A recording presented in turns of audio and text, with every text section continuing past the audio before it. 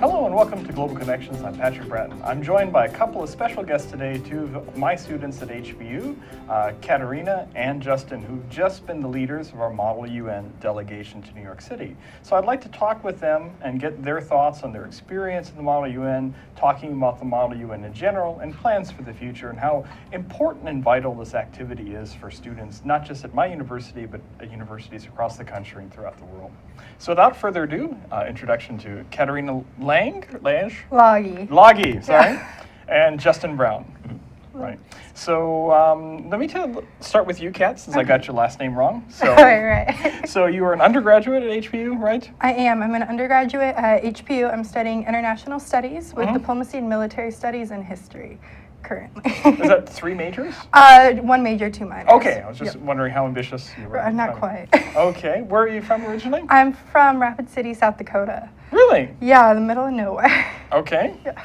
And why South Dakota to Hawaii? Why? Because it's not cold here, and because more than anything, the international environment here in Hawaii. I knew I wanted to study international studies, and I thought, what better place than a place in the middle of the ocean that's the crossroads of everywhere, throughout the world, and that people everywhere in the world knows about and wants to go to, and it's like an ambition for them to come here. Okay, and did you come in as a freshman or transferred in? Or? I did. I've been here for 3 years, 1 year left. Okay, interesting. And did you know right off the bat that you wanted to do international studies as your major? Or? I did. Actually, I traveled with People to People, which is a student ambassador program. I'm from South Dakota, and I changed my mind on what I wanted to learn when I was in university, and that's when I decided international studies was going to be the right program for me to continue in with my future career. Okay, interesting. So in international studies, do you focus on a particular region or issue areas? Or? I haven't, actually. I've studied abroad twice in 2 completely different locations in Europe and Latin America. And because of that, I'm getting more, I feel like, a global understanding of the world and trying to decide where I want to end up studying. It's really difficult because I want to go everywhere and I want to represent everything, but I know that eventually I'm going to have to narrow it down to one region. Okay, which countries did you go to? I was in Athens, Greece, and then I was in Quito, Ecuador, which they're doing good after the earthquake. I have friends there, so they're going through. They're going to do good. Okay, interesting. I mean, in each place, what was your most interesting sort of surprise or cultural shock experience? In Greece, I was really surprised that everybody spoke English, even though, Greek is their natural language in the country, but everybody's so happy that Americans are there, and they're so helpful and family-oriented, and that really shows why they're helping so much with the refugee crisis that's currently going on. And even though the country isn't doing very economically well, they're very family-oriented and very willing to help people, so you don't see a lot of poverty there, which is really cool. And I really enjoyed that sense that you can belong in the country. And then when I was in Ecuador, I really was interested in how diverse the country is. It's a really small country, and you wouldn't think that there was a lot of diversity there, but everybody from every region is so different. The coastal region to the mountains where I was in Quito to the plains, it's all completely different. And I really enjoyed that. Even though it's so different, they are one country and they are trying to work together towards creating a better future for their country. Okay, interesting.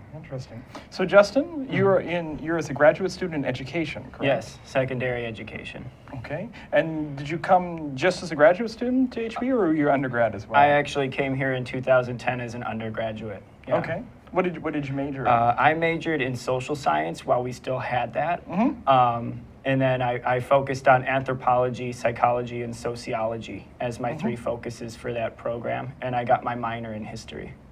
Okay, interesting. Okay, so you did the sort of open sort of social science major that we used to have. You could specialize in various ones, and then you moved on to education. Was that sort of your goal, your long-time goal for a long time? Originally, when I was younger, I wanted to go into medicine. Okay. My thoughts were I could help a lot of people. Specifically in pediatrics, I wanted to help kids. But I realized that it wasn't really my area. I actually enjoy history. I like teaching and tutoring. So the academic advisors at HPU basically put me on that course from freshman year on and going into the secondary education program. Okay, interesting. Okay, so it got to be, you kind of shifted goals into ed. Yeah. Okay, interesting. So you're probably wanting to be like a social science teacher or something like that? Yeah. Okay.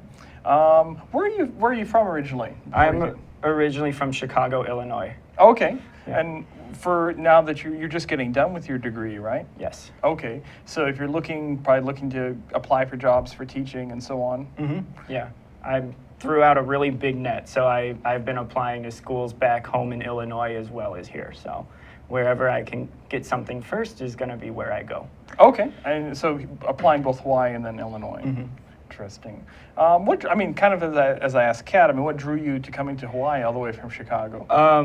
My high school was a private high school, and HPU was invited to participate in the school's college fair. And I originally filled it out just for fun, that I wanted more information. And the more information and academic scholarships that I got, the more and more I really liked the sound of going to HPU. And being a sea warrior when we were still sea warriors. So I convinced my parents, and they realized that, for a private school, the price for admissions is not bad, and tuition wasn't going to be that much difficult or that different from my high school's tuition. So they sent me here. Okay, interesting. Did you have kind of a similar question that I asked Kat? Did you have what was sort of your big sort of surprise moving from Chicago to Hawaii?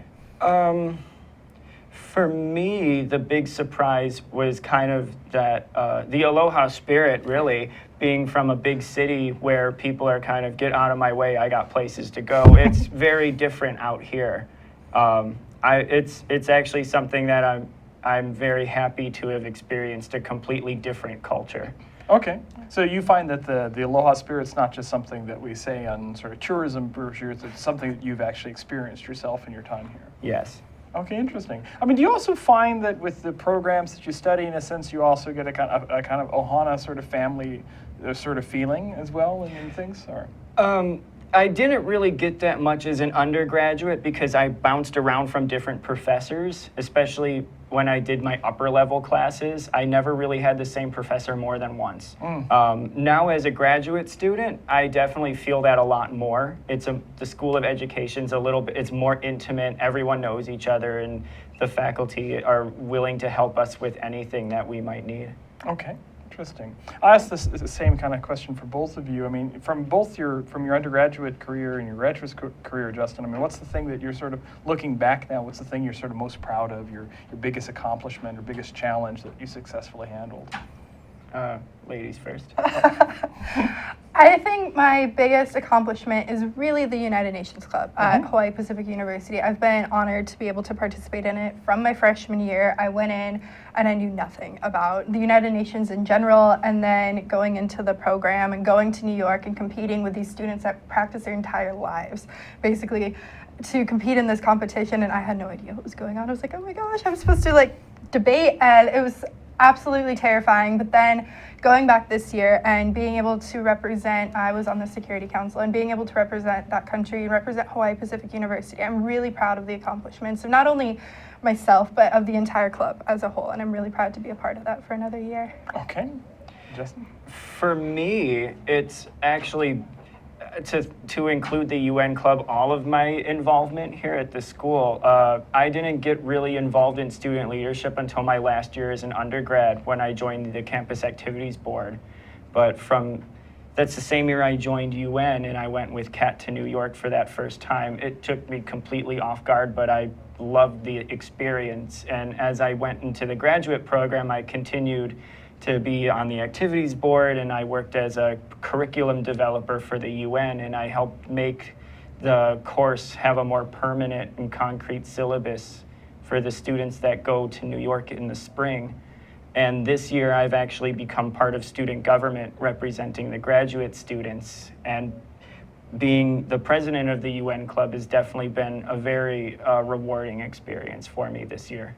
Okay. One thing that I've had students in the Model UN tell me before is that we have a lot of international students at HPU, and so sometimes that kind of plants the seed, being in a class, not just with, say, either students from Hawaii or students from the U.S. mainland, but if you've got somebody from Saudi Arabia, somebody from Germany, somebody from Scandinavia, it can kind of plant that seed. Oh, this is kind of interesting. Is that something that you guys experienced, or? Right, definitely. This year, not so much as the other 2 years that I did participate. We had a lot of international international students that were included in the club, a lot of students from Europe, especially because that's where a lot of our students come from, and getting their perspectives on different laws and different understandings of how the UN works, because I feel like from an international perspective, what you view as politics is completely different based on what your home country's government is. And especially my freshman year that I went, we had a lot of international students, and it was really interesting getting their take on it. A lot of them had never been to New York, they never had thought that they would see the UN, and their understandings of how they were going to represent a country were completely different than I think a United States citizen thought of it. And last year they had a huge international population when they went. A very big Scandinavian population went last year as representing Fiji. So this year we only had 2 or 3 international students. We had 1 local student, native Hawaiian. I would love to have in the future to see more of that happen, where there's a nice kind of third, kind of how HPU is with its own population, within going to the Model UN conference in New York, or even going abroad eventually when that comes. Okay. I mean, one thing that's often said, I'm sure you guys have run into this, that oftentimes there's this kind of irony in the sense that the U.S. played this vital role in setting up the UN, and it's in the United States, right? It's in New York City. Yet oftentimes Americans often have this very sort of critical view of the UN compared to a lot of other countries. I mean, was that something that you guys sort of came across in forming the Model UN, or is it sort of self-selecting that people want to do the Model UN probably believe in the UN, so since you probably wouldn't have a UN skeptic perhaps going to Model UN, right? Right. Personally, I actually studied abroad in Ecuador, and they have a huge Model UN team there, and they're a lot more forgiving of the UN, I think, than the United States citizens are, and being one of the only US students in that classroom with all the Ecuadorian students was kind of like a wake-up call for me. I'd been to the conference and I knew what it was, and all these students were preparing to go the semester after I left, and they are all their understanding of the UN. They understand that maybe they don't succeed in everything that they do, but they do see the good that comes out of it, and they see what is possible when like all the countries come together, because Ecuador isn't a very prominent country like the United States on the world scale, and so they aren't the ones called in for peacekeeping, or they aren't the ones that are exactly at the front lines of helping the UN. And I think it's really sad that United States citizens are so negative of the UN, because it is such a vital organ for the world, and being on US soil is really important, I think, because it kind of showed that the United States, unlike the League of Nations, were going to support it, and they were going to become a prominent member, and we were giving our land, and it was allocated to them because it's in a beautiful location, so you'd never be able to afford to have a nonprofit organization there. But I really feel like students that go, if they're not quite sure what the UN does, they've heard of it, getting this opportunity to go really kind of opens their eyes and shows, they deal with nuclear non-proliferation, they do UNICEF, they do deal with children, they deal with diseases, they deal with security, they deal with so many different things that a lot of people don't really realize is a part of the UN. Wow. I have met with some mainlander U.S. students who have come to club recruitment drives in the past that have been a little bit more critical of the UN than some of the others that have come. A lot of the students from the U.S. that sign up to be a part of the club are either international studies, or they're somehow involved going into politics, or one of these kind of humanities-esque kind of programs where they're very interested in learning more about it, which is what I tried to do a lot in this fall semester, more educating on what the UN is and what they do. Our international students are a little bit more knowledgeable as to what is going on in the United Nations, for sure. Okay, so it's definitely a difference that you've seen and such. All right, I think we're going to have a short break now, and we'll have a couple of announcements. We'll be right back to talk more about the Model United Nations. Aloha, my name is Carl Campagna. I am the host of Think Tech Hawaii's Education Movers, Shakers, and Reformers. You can see our show every Wednesday at noon at 12 p.m. on thinktechhawaii.com, as well as visiting YouTube and finding the link for the show there. The show is also aired on OC16. We look forward to seeing you on the show. We have many wonderful guests, including Joan Husted, Corey Rosenlee, where we talk about the very important issues of education for our keiki. We look forward to seeing you there. Mahalo. Aloha, this is Maria Mera, and I'm here to invite you to my bilingual show, Viva Hawaii on Think Tech Hawaii, every other Monday at 3 p.m. We're here to inform, motivate, and entertain you. join us. Hola, soy María Mera y estoy aquí para invitaros a mi show bilingüe Viva Hawái en Think Tech Hawái cada 2 lunes a las 3 de la tarde. Estamos aquí para informaros, motivaros y entreteneros. Apuntaros. Aloha, my name is Richard Emery, and I host Condo Insider. We talk about issues facing the condo association throughout Hawaii and talk about solutions. When you think about it, about 1/3 of our population lives in some form of common interest real estate. We broadcast every Thursday at 3 p.m. Please tune in, and thank you. Aloha. Hello and welcome back to Global Connections. I'm Patrick Bratton. I'm talking with Kat and with Justin, who are two of our leadership for Model UN. So one of the kind of questions, maybe a basic question to start off with you guys is, what is the Model UN? Why do students do it? Why is it important? You want to take that? Sure. So the Model UN, in the context that what our group prepares for in the conference, is more or less the real United Nations that's a little bit broken down into a more understandable topics and fields for college level students to participate in. It's basically a big simulation of the United Nations. And instead of having everybody be a part of the big General Assembly in the big hall, we're put in various size conference rooms based on the number of countries that participate in various committees. So there's UNESCO, the General Assembly, UNICEF. Sometimes we have specialty ones like a Non-Proliferation Treaty Review Committee or a Proliferation of Arms and Small Autonomous Light Weapons Committee. They meet biannually in the real United Nations. That for the Model UN they pick for certain years. There's always new smaller committees that involve other groups as well. Interestingly enough, it's not just the college level that participates. I've been in New York during past Model UNs where there are high school level and even younger kids that are there participating.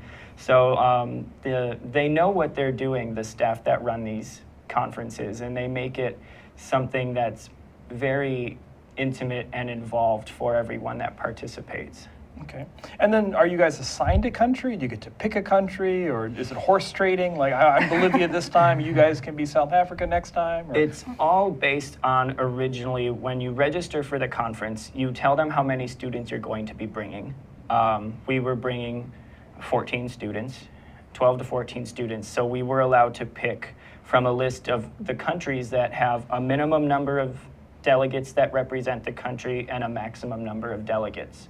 Originally, the plan was to have 12, plus myself as 13 being a head delegate, but I would be able to walk around. I wouldn't be participating in a committee. My goal was to basically go around and support all the other delegates, take pictures, get them coffee or snacks if they need it.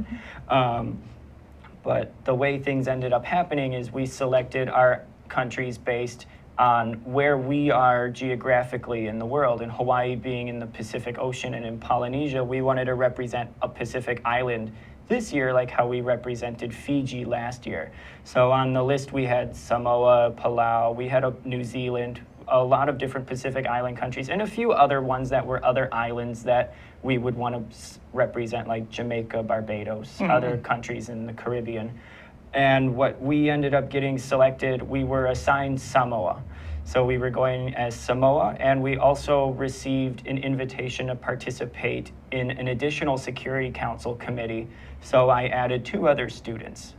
So I ended up participating in the committee as well in the General Assembly second, which focused on energy and poverty reduction. So all of the student delegates participated in one committee or another, and Katarina was one of my delegates that represented the United Kingdom instead of Samoa in the Security Council. Okay, what is there a difference in how the simulations work between people on the General Assembly versus the countries in the Security Council? What's the difference? Yes, it's very different. My freshman year that I went, we were ECOSOC. So we were a bigger committee, but we weren't quite as large as the General Assembly. We weren't all 193 countries, and they run differently. Because when you have a smaller committee like the Security Council, where you don't have a lot of members, you're very intimate, you're at one table, you're talking to each other, everybody can make a speech. You have to work more bilaterally and multilaterally on the Security Council. You have to see what countries agree with you and then convince the other countries that what you're trying to propose is best for them as well. So in the Security Council, we had a crisis situation. And during that crisis situation, a lot of countries like Nigeria, who's on the Security Council right now, weren't 100% comfortable with the idea. So it's a lot of negotiating and understanding and a lot more intimate conversations among countries, where if you have the General Assembly, for example, you have 193 countries, you have a ton of different people that are trying to get stuff done, trying to get their country heard, trying to overcome that kind of bound of 193 countries. How are you going to get your voice heard? And so the difference is kind of a pattern of recognition. Like, we were a Pacific Island, we were a small country, developing nation. You bound together with those other nations. You come together and create like a coalition of 50 countries. And with those 50 countries, you get your voice heard, because 50 countries is more powerful than one big country. And in the General Assembly, nobody has a veto power. Nobody can vote no and have it affect everything. And that's what's really interesting, is because the more countries that you have agree with you, the more likely you are to get your resolution passed, which is what the whole aim of the entire conference is. You want to get your resolution passed. So if you're talking about something in the General Assembly that every country can agree with, like eliminating poverty or like reducing the number of poverty, and every country agrees and you get it passed, you feel amazing at the end of the day. Where in the Security Council, we had issues in my conference, and a P5 country vetoed a bill that we'd been working on the entire time. And it's really upsetting, because only in the Security Council do you have where one vote can really affect everything. So it's more of a negotiation on the Security Council and understanding what the other countries want and knowing more about those other countries. So you don't only have to prepare for the United Kingdom, you have to prepare what would France want, what would China want, Russia, the other countries, the United States especially, and understanding specifically what you can and cannot say so you won't upset another person. And so it's a lot different than the General Assembly. A lot different. Yeah. It's the General Assembly, and to an extent the smaller committees that are not Security Council related, is definitely more strategic in trying to make sure that you get what you need or what best benefits your country the most into a working resolution and into a final resolution draft that's approved and voted on.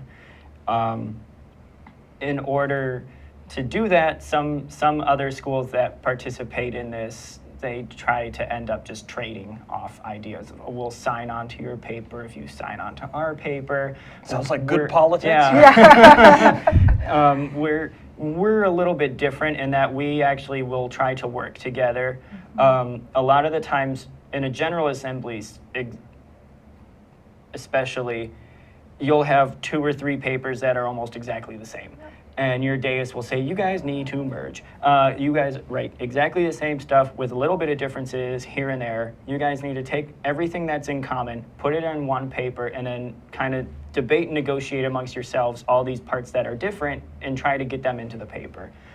A couple of times it's been successful in that we've been able to get our stuff onto the papers. Other times in the past it was not so successful, and our representing country was left out of papers in the past 2 years or so. This year was actually a lot better because everybody had something that allowed them to be sponsors of a paper, which meant that they helped write it instead of just signing on as a signatory saying, oh, we like this is nice. So. One challenge when you do simulations of any sort, and I often do simulations in my classes, is that you have, like, you can set up the rules of the game, but sometimes it's hard to ingrain a sense of realism, because you might have, okay, in theory, if you were playing Russia, you might do this, but would Russia really do that? Or how do you reflect, a power imbalance or an interest imbalance in certain issues? Some countries either have more resources, or some countries might feel more strongly about issues. How does that take into account and what you guys are doing? I think in our conference, especially the last 3 years that I've been involved in it, we've gotten progressively better at understanding our countries. And that just comes from preparation, understanding what you're going to have to deal with, and being able to talk to the ambassador actually is a really great opportunity that we get when we are in New York, and being able to understand what your country would want to have happen, and understanding if you're talking about nuclear nonproliferation, Samoa isn't particularly invested in that, but maybe an aspect of it would be something that they would want to have addressed. And so understanding kind of maybe your country isn't the most prominent, but understanding they're really trying to get like arms on boats, not on their shores. And so how can that go into taking away nuclear weapons? How can you have a little bit of something that you're really interested in being brought into the larger scale of things, because you're not a nuclear power, but you do have interests that could go along with that. Mm-hmm.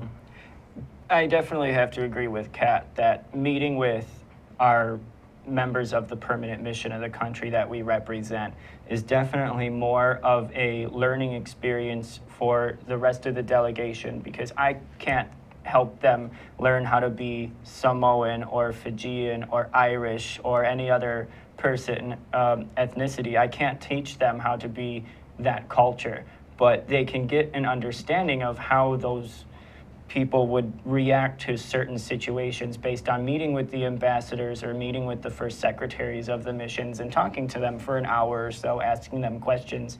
More or less they relate to where does this country stand on this specific topic. Mm-hmm. But when when Ambassador Elisaya, who we met this spring, spoke to us with Samoa, he answered our questions, and then he went more in depth into talking about the culture and their understanding of how things should be working in the world within the UN. So I understand we have some photos of your guys' meetings with the ambassador and his. I think we can probably share that with it. I mean, how was that set up? Is that something automatic that you guys meet with the ambassador, or is that something that was set up specialty for you guys, or? The way that the conference is scheduled, they leave a day open. They leave a good chunk of the first day of the real conference in the morning and afternoon open so that student delegate groups can go and meet with them. We had to make our appointment on our own ahead of time, which our advisor, Dr. Serge Merrick, did. He scheduled the appointment with the mission for Samoa, and we went that day. Not everyone was unfortunately able to meet with their missions because it was right after Easter Sunday, so a lot of countries actually celebrate an Easter Monday right after. So their missions were closed. Right. So they ended up not getting able to meet their missions until about Tuesday or Wednesday. I think we have a photo of you guys winning an award. Oh yeah, that is my partner and I. We actually won Outstanding Delegates. We were elected by the other members of the Security Council, and we won that award, and we were unbelievably honored to be able to win that. It was completely unexpected. We had no idea, and we were very excited because actually our delegation came home with 2 awards in total, and it was absolutely outstanding. It was the greatest honor ever. I know, especially the Security Council, because everybody is A game for that, and being recognized as really strong members of that was something that I could never ask for. I wasn't expecting it, and then of course we were so excited that Samoa won Distinguished Delegation, and that just all comes from really hard work and really good members of our team that were able to participate, which was fantastic. Oh, here you are with the ambassador. Yes, this is with the ambassador of Samoa. We were all able to make it, and Megan has her GoPro, is a true Hawaiian, and so we asked him to take a selfie of all of us, and he was more than happy to do it. He had never, I don't think, done that before, but he was very excited to have that opportunity, and we did give him a lei in honor of being from Hawaii and Samoa being a Pacific island as well. So that's our delegation. Excellent, excellent. Okay, we're going to come back. We've got more stories to say about your experience and some of your future plans. So we'll be right back in a few minutes after some of these announcements. Aloha, namaskar, and hello. My name is Anu Hittel, and I host a show, Climate Change Beyond Outrage. In it, we go beyond outrage to look at solutions to climate problems facing people, nations, and the world. Join me every Tuesday at 1 o'clock Hawaii Standard Time. See you then. Hello, I'm Stephen Katz, and I'm the host of Shrink Wrap, which comes to you live every Tuesday at 3 p.m. on thinktechhawaii.com, and then it's repeated again whenever you want if you go to the website. On our show, we will be talking to all different kinds of therapists, psychologists, psychoanalysts, psychiatrists, people who talk about the mind, the brain, and about different ways to find happiness. I myself am a marriage and family therapist in practice here in Hawaii, and I hope you will join us because I've got a lot to learn, you've got a lot to learn, and it's a great ride. Thanks a lot. See you soon. Hello, I'm Patrick Bratton, back with Global Connections, talking with Kat and Justin about their award-winning mission to the Model United Nations, representing the state of Samoa. Before we had our break, we were showing some photos with you guys meeting the ambassador and his staff, some of the awards that you guys won. I mean, are there things that, from either interacting with the ambassador and the permanent mission, or perhaps kind of delving into sort of issues in Samoa, which, outside of Hawaii is not a place that most Americans kind of think of. Unfortunately, most Pacific Island countries are not sort of on everyone's radar screen. I mean, are there things that you guys learned, or new perspectives, or a Samoan sort of perspective that you guys now have from doing this? Yeah. Yes, there was a lot that was talked about. A lot of things that our other delegates had to worry about, like small arms and light weapons and international crime organizations. They're not very much on the radar, but at the same time, Samoa does take time to make sure that these things are not a problem for Samoa and its people. A lot of the big issues that they're looking at focus on climate change, pollution. I had two delegates that were both in the marine science program. They got stuck working on the environmental program committee, which focuses on pollution and government corruption within, and they also focused on deforestation.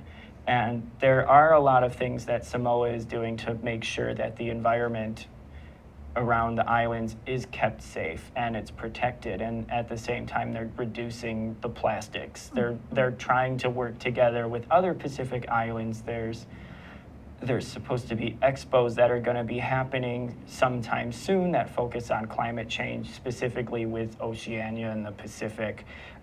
They've been working with other Pacific islands to work on pollution. One of the things that was kind of beneficial for me and my own committee, which focused a little bit on climate change, but also on energy and poverty reduction, was the Samoa Pathways, which were created last year, which focuses a lot on environmental adaptation and creating educational programs that focus on adapting to climate change, but not just adapting to it, but how to hopefully reduce the impact and reduce how big of an impact and a footprint that humans leave onto the earth as well. Yeah, I think it's also really important that the people that we take, the delegates, are aware that even though you're a small country, you can make a difference. And that's something that we try to tell them when they're like, but we don't deal with outer space. Maybe you don't, but you have ideas. Your people, the other people in the Pacific Island, you can make a difference even if you're a small country. And I think that's one thing that over everything is really important to understand, is even if you're not the United States, you can really have your voice heard when you are at this conference, which is really cool. Interesting. So you guys had a really good delegation representing Samoa. You guys won awards. I have to ask the inevitable question, sort of what's next for you guys? Next? Well, you have any more plans in the works? Right. We are very excited. We're very sad that Justin will be graduating, but we are very excited for the future. We are hoping if the school will give us funds, SAFAC, who gave us a lot of money and helped out tremendously for taking our delegation to New York, that we are able to go to the international conference that will be in Kobe, Japan this November over Thanksgiving time, and it'll be a great conference. It'll be a lot smaller than the one in New York. There, you only are allowed to bring up to 8 delegates.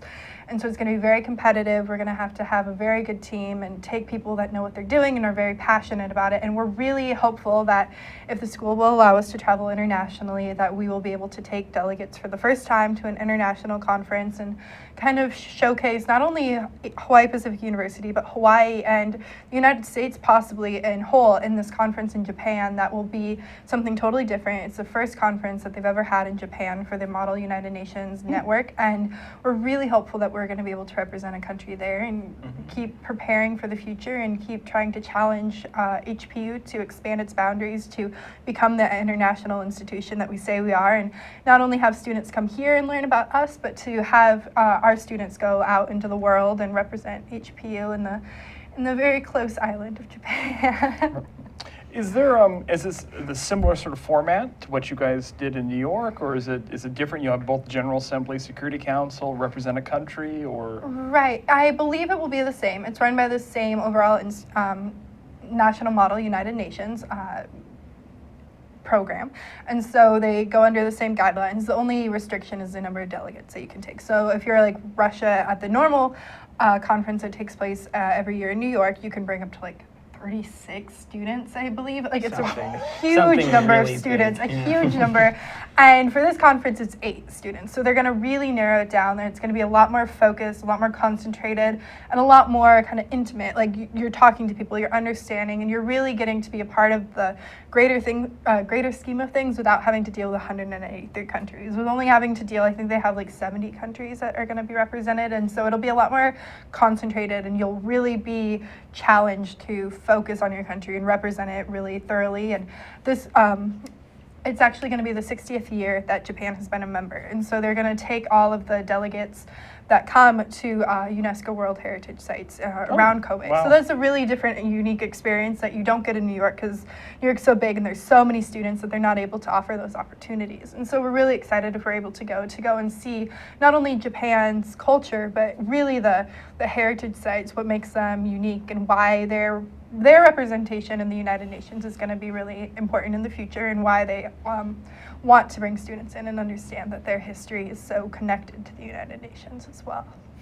one of the things I think that often gets overlooked with the challenges, I mean, you guys do a lot of work to do this, but moreover, it's not just the work you do to prep, but you've also physically have to get yourselves from Hawaii to New York City, or in this case, Hawaii to Kobe. Now, for students that might be in Philadelphia or Boston, I mean, it's pretty easy to get to New York City. Right. But for you guys, it's a lot. I mean, so I'm assuming that you guys have to do a lot of work in terms of fundraising as well. I mean, what are some of the challenges that you guys have had doing that? Right, fundraising is always an issue. Having to have people give you money for a conference that a lot of people aren't aware of is really difficult. And I think we're trying to have a lot more opportunities in the future. I mean, my freshman year we did car washes and we sold Krispy Kreme donuts, and we're trying to have more of big sponsors that are going to be more invested in the future of the UN Club. And I'm not really sure what we did this year because I came back late since I was studying abroad. In the fall, we sold canned juice beverages at the university's Paina concert in the fall. That was really kind of a bust on us. We did not get as much as we thought we were going to get.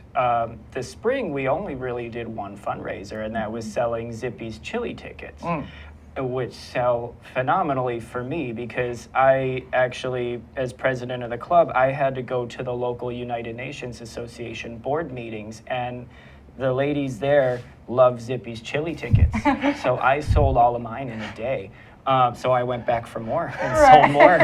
I believe I bought several from various Yes, members. probably. I had a lot of chili going on earlier this semester. A lot of the professors at HPU had a lot of chili, especially in the humanities departments, especially. But we're definitely trying to expand, start fundraising earlier, start in the summer since we're going to be gone, hopefully in November, so we don't have as much time to fundraise. And we're definitely trying to incorporate ourselves in the culture of Hawaii and go out in the community and try to represent ourselves in the community and hopefully get a following that will want to see us do good things in the future and representing HPU as well as Hawaii. For this year was actually our first year going to the UNA, to the local UNA Honolulu chapter. I looked back and I looked through really old records of the club since the founding, and we used to be a part of it. And then for some reason, there was a lack of connections and things fizzled out. And the president of the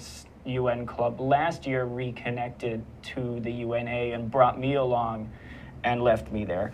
So I was at the UNA meetings from the spring of 15 till now. This Saturday will be the last one that I'll be there for, but Kat will be taking my place as president.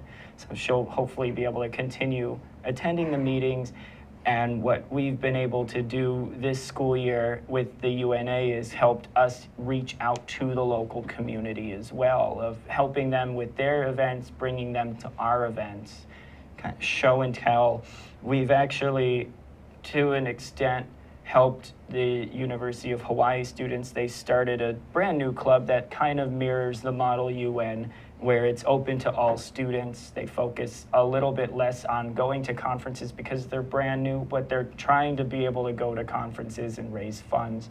A lot of high schools out here actually formed a Model UN League, and I was fortunate enough to chair a committee for them, and it was very entertaining for me to see these high school students so passionate about representing countries that they had to do their own research on, and they have to role play and play as a delegate of that country. And it was very eye-opening for me to see how that there are students that even at the high school level that want to get involved, and they're trying to spread even more, where they have a big regional PAC Model UN where they're bringing groups from other islands here as well. So it should be really interesting to hear about. Yeah, the future of Model UN in Hawaii is really, it's going to grow and it's going to be incredible. They're actually having a PAC MUN here next November as well for high school students. So we're hoping to get involved with that as well, and kind of show them what they're capable of. And these high school students are extremely intelligent and extremely driven, and we're really excited to be involved with that as well. Excellent. I mean, one of the things you guys mentioned, some of the fundraising challenges, but also fundraising opportunities. And I know one thing that you guys have done perhaps a little bit differently the past couple of years is also not just to do the Zippy's chili or do the Krispy Kreme donuts, but also, going up to people, whether it's a university administration or retired ambassadors or, business leaders around the city, and trying to make the pitch, like, hey, this is valuable. I mean, if you guys were to try to give me your pitch in a sense, or to give our watchers or viewers here on Think Tech a pitch for like why they should be involved, why they should donate to sort of this cause, what would it be? For me personally, to try to not go into the pitch right away, one of my goals this year was actually to reduce the amount of money that each of us would have to pay individually to go. I wanted to see more local Hawaii students go to this conference. My past 2 years, it was a lot of international, it was a lot of mainland students. I really wanted to see some of the passionate local students that I've seen and I've interacted with in classes go to this conference and get that experience. Kat and myself's first year, we brought one student who was from here, and it blew his mind. It was his first time seeing snow and being in New York City. He had a wonderful time at the conference as well. And this year and last year, we were fortunate enough to have another local student who was more involved in communications and debate and had kind of some prior knowledge to how to interact at this conference beforehand. And for me, a pitch would be to, if we get more participation and donations from our local community, not only are we going to be able to easily travel to these places, but we're going to be able to bring more local Hawaii students to these conferences as well. And they're going to be able to benefit just as much as everyone else, if not more so. Right, we want to make this conference feasible for all students that are interested, for anybody that's passionate and that doesn't have money that they can just spend on a conference. This conference will change a person when they go. It either intimidates you and you never want to do that again, or you become enthralled with the United Nations or conferences. You learn how to debate, you learn how to negotiate, how to listen, how to have patience when you have to sit in a formal caucus and you're not allowed to have a computer and you have to listen. You have to understand how to deal with students that are going to be stubborn. They're not going to change their point of view. And it's an amazing learning experience for students that have never dealt with this. Hawaii Pacific University is such a small community. We don't have a lot of differences and opinions. And as much as you do at this conference, where you're dealing with at least 193 students, and you learn so much about the business world, about the real world, even if you aren't an international studies major, if you're a business major, or we've had social work master's students go, and they take something out of this. Everybody learns something. Everybody gains professional experience that will help them in their future, no matter where that goes. And we want this to be available to all students, and we don't want money to be an issue. We want it to be available and not having to worry about, every Saturday waking up and doing a car wash. Having sponsors that are going to be there for us, that are going to give us maybe connections that they have in New York, or have experience or former ambassadors. It's an amazing experience, and we really want local people to be involved in our experience, because not only are we here for Hawaii, but we're here for the state. Excellent. Well, I hope to have you guys and the next generation in after a successful conference visit in Kobe, Japan. Well, thank you very much. I'm Patrick Bratton for Global Connections, and I'll see you next week.